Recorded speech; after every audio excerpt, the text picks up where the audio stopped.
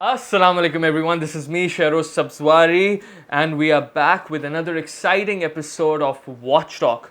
Episode देखने से पहले आप इस चैनल को सब्सक्राइब करें, इस वीडियो को लाइक करें और ये जो बेल आइकॉन है इसको हिट करें.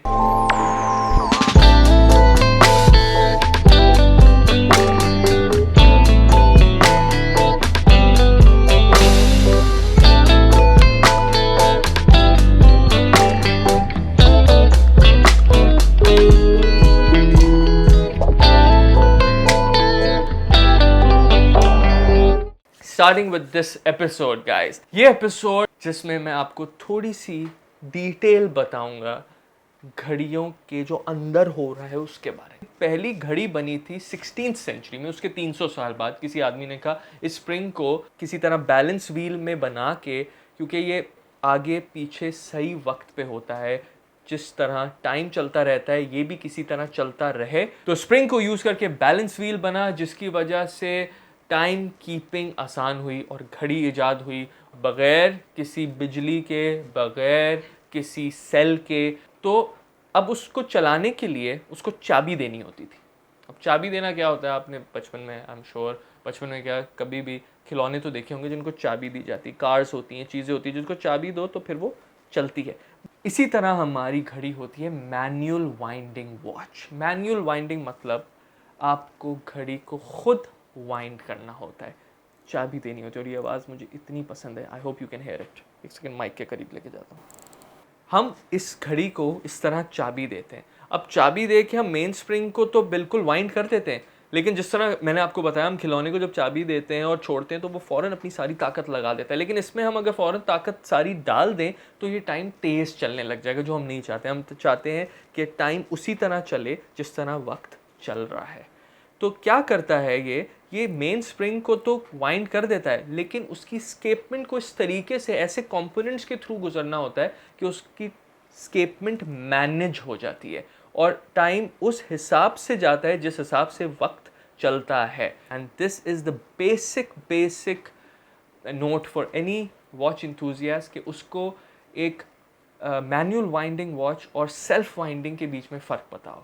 एंड सेल्फ वाइंडिंग वॉच क्या है उस पर मैं जाता हूँ. This watch. This is a Bell & Ross. It's a very good watch. It's an automatic watch. Why am I calling it an automatic watch and why didn't I call that watch an automatic? Is because ये घड़ी भी spring इसका भी wind करना होता है, लेकिन इसका स्प्रिंग वाइंड मुझे नहीं करना होता. मैं कर सकता हूँ, ऑप्शन है. घड़ी बस आपकी रिस्ट पे हो और खुद ही वाइंड करे. उसके लिए एक रोटर डिज़ाइन की गई. उस रोटर की हेल्प से जब मूवमेंट आती है घड़ी में तो वो स्प्रिंग को वाइंड करती रहती है कॉन्स्टेंटली. ओवर वाइंड भी नहीं करती, ऐसे मैकेनिज्म है कि वो ओवर वाइंड होकर टूट भी ना जाए. इतना वाइंड करती है कि घड़ी चलती रहे, और जब वो ओवर वाइंड होने लगे तो वो उसको डिटैच भी हो जाती है. So that is the mechanism जो बाद में आया जिसने ऑटोमेटिक वॉच बनाई. ऑटोमेटिक वॉच का मतलब ये घड़ी रिस्ट पे ही रहे लेकिन सेल्फ वाइंड हो, खुद वाइंड हो. मुझे इस ओमेगा की तरह खुद वाइंड ना करना पड़े, मैन्युअली वाइंड ना करना पड़े. जबकि मैनुअल वाइंड ज़्यादा हिस्टोरिक है, ऑटोमेटिक उसके काफ़ी बाद आया, ये रोटर बाद में इंट्रोड्यूस हुई, लेकिन ये ज़्यादा कन्वीनियंट है. क्वार्ट्ज का एक पत्थर ऐसा पत्थर होता है कि जिसको अगर पावर दी जाए, जिसको किसी सर्किट के थ्रू इलेक्ट्रिकल शॉक दिया जाए या पावर दी जाए तो वो वाइब्रेट करता है, ऑसिलेट करता है.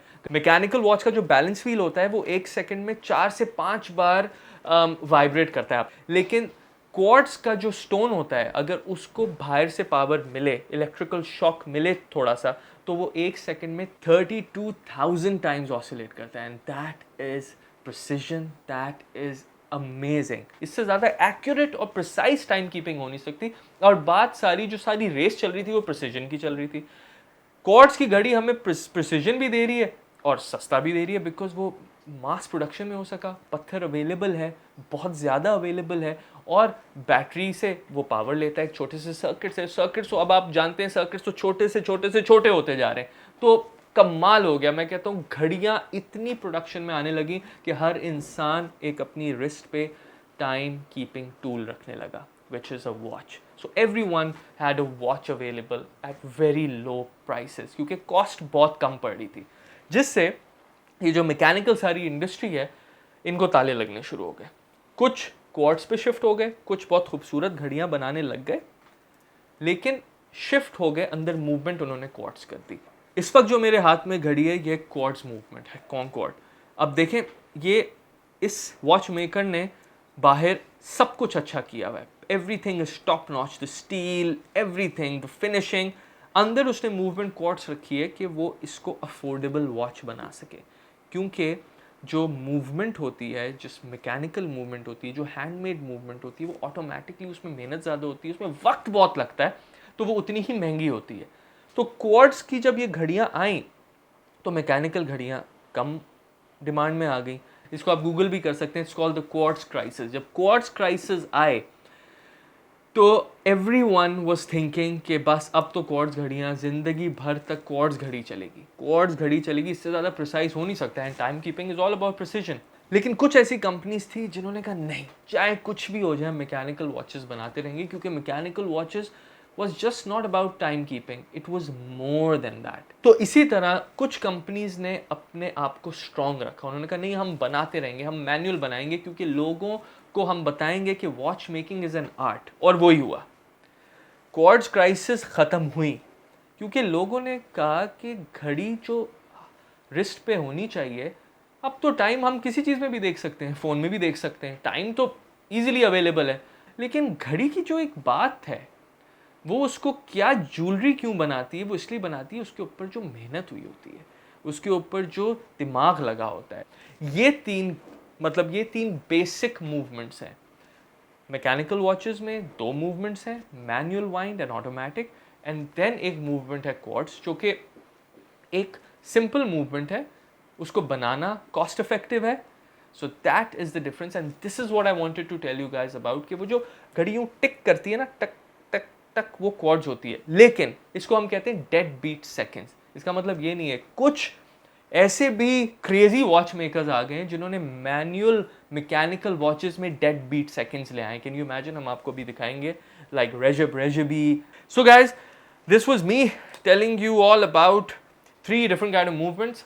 ये एपिसोड सिर्फ इसलिए बनाई थी कि मैं आपसे शेयर कर सकूं थोड़ी बहुत नॉलेज जो मुझे है रिगार्डिंग वॉचेस और उसके अंदर क्या चल रहा है। तो घड़ियों के अंदर सोचें क्या क्या हो रहा है। घड़ी सिर्फ घड़ी नहीं है, घड़ी एक पूरी दुनिया है। आप आओ, इसको डिस्कवर करो, हमारे साथ करो, आपके साथ बैठ के बात करेंगे।